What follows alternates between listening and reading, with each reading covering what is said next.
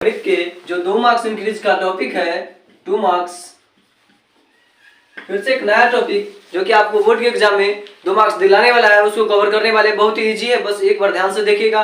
और हाँ, अगर ये क्वेश्चन अगर आपसे सब्जेक्टिव के रूप में 2 मार्क्स में न पूछा जाएगा तो 1 मार्क्स में ऑब्जेक्टिव के रूप में जरूर देखने को वहां पर जरूर मिलेगा।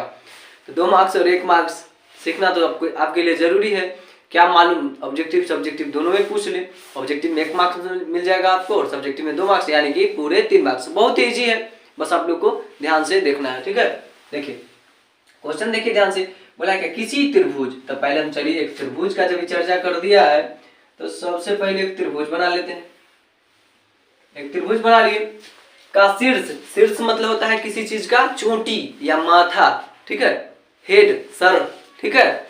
जो शीर्ष बिंदुओं के निर्देशांक 4,6, उसके बाद क्या है 0,4 तथा 5,5 है, इसके केंद्र का निर्देशांक होगा। इसके केंद्र को हम लोग किसी भी चीज के केंद्र को ओ से दिखाते हैं, ठीक है, तो ओ लिख दिए। और बोला इसका निर्देशांक, केंद्र का निर्देशांक बताना है। और शीर्ष बिंदु, एगो शीर्ष बिंदु, दूगो और तीन गो शीर्ष बिंदु आपको दिया है। यहाँ पर हम सबसे पहले शीर्ष बिंदु लिख देते हैं, क्या है 4,6। उसके बाद क्या है दूसरा 0,4, तो 0,4 लिख दिए हम लोग। तीसरा क्या है 5,5, तो चलिए 5,5 लिख दिए। इस ढंग से लिख दिए। आप चाहे तो इसको नीचे लिख दीजिए, मतलब तीनों में कहीं भी आप चाहे तो इसको यहाँ लिख सकते थे, इसको यहाँ लिख सकते थे, इसको यहाँ लिख सकते थे, इसको यहाँ लिख सकते थे।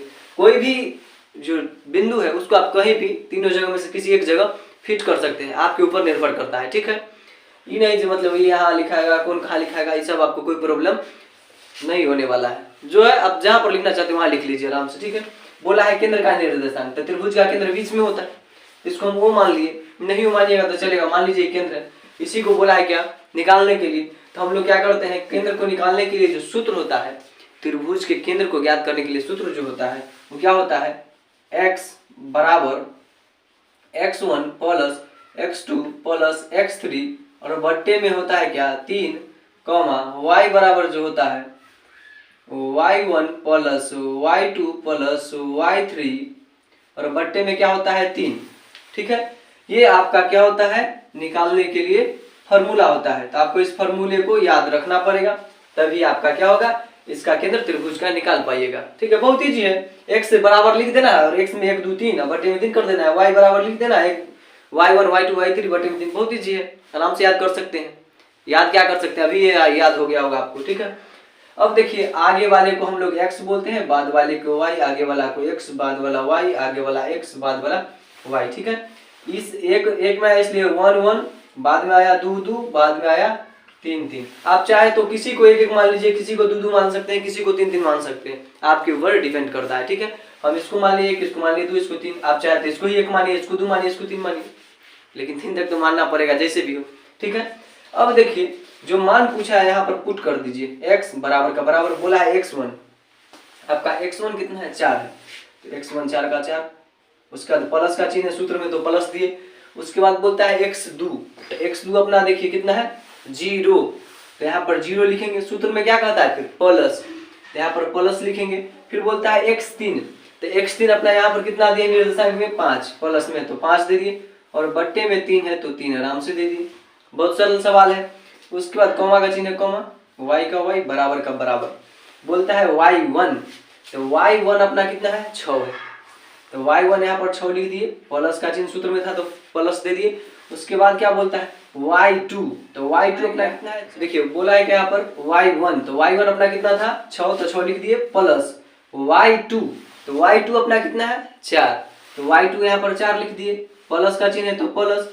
बोला है क्या y3, तो y3 अपना देखिए यहाँ पर y3 कितना है 5 है, तो 5 लिख दिए, बट्टे में 3 था तो 3 आसानी से लिख सकते हैं आप लोग। बहुत ईजी है, बस थोड़ा सा दिमाग का खेल है, इतनी को फॉर्मूला याद रखिए, क्वेश्चन ध्यान से पढ़िए और बस बन जाएगा आपसे। x का x बराबर 4 में जब हम लोग 0 जोड़ते हैं तो 4 ही रहेगा, प्लस 5 को जोड़ेंगे तो 9 और बट्टे में 3 का 3 हो गया, कॉमा का कॉमा, y का y बराबर का बराबर। 6 में 4 जोड़ेंगे तो 10 और 10 में 5 जोड़ेंगे तो कितना होगा 15 और बट्टे 3 का 3। कितना इजी था। अब देखिए हम इसको क्या करते हैं काट देते हैं, 3 इकाई 3 और 3 तिहाई के 9। फिर ये 3 इकाई 3 और 3 बचे 15, यानी x का जो वैल्यू निकला आपका 3/1, y का जो वैल्यू निकला 5/1। आपको एक बात बता दें, कोई भी चीज के नीचे में एक छुपा हुआ रहता है तो उसको लिखा नहीं जाता है, इसलिए x का जो वैल्यू निकला 3, y का जो वैल्यू निकला क्या निकला 5, यानी यही आपका क्या हो गया, उसके केंद्र का निर्देशांक, x का मान 3, y का मान 5। यानी किसी भी चीज में x को पहले लिखा जाता है और y को बाद में। तो x का मान यहाँ पर कितना निकला है 3 और y का मान 5, यानी 3,5 क्या हो गया आपका, यही हो गया क्या आंसर। ठीक है, बहुत इजी था, आप लोगों को जरूर समझ में आया होगा, और समझ गए हैं तो बोर्ड के एग्जाम में आपका मार्क्स बहुत बेहतर होने वाला है। मिलते हैं नेक्स्ट वीडियो में, तब तक के लिए जय हिंद and you take care and आप लोग अच्छे ढंग से मेहनत कीजिए ताकि रिजल्ट बहुत बेहतर हो।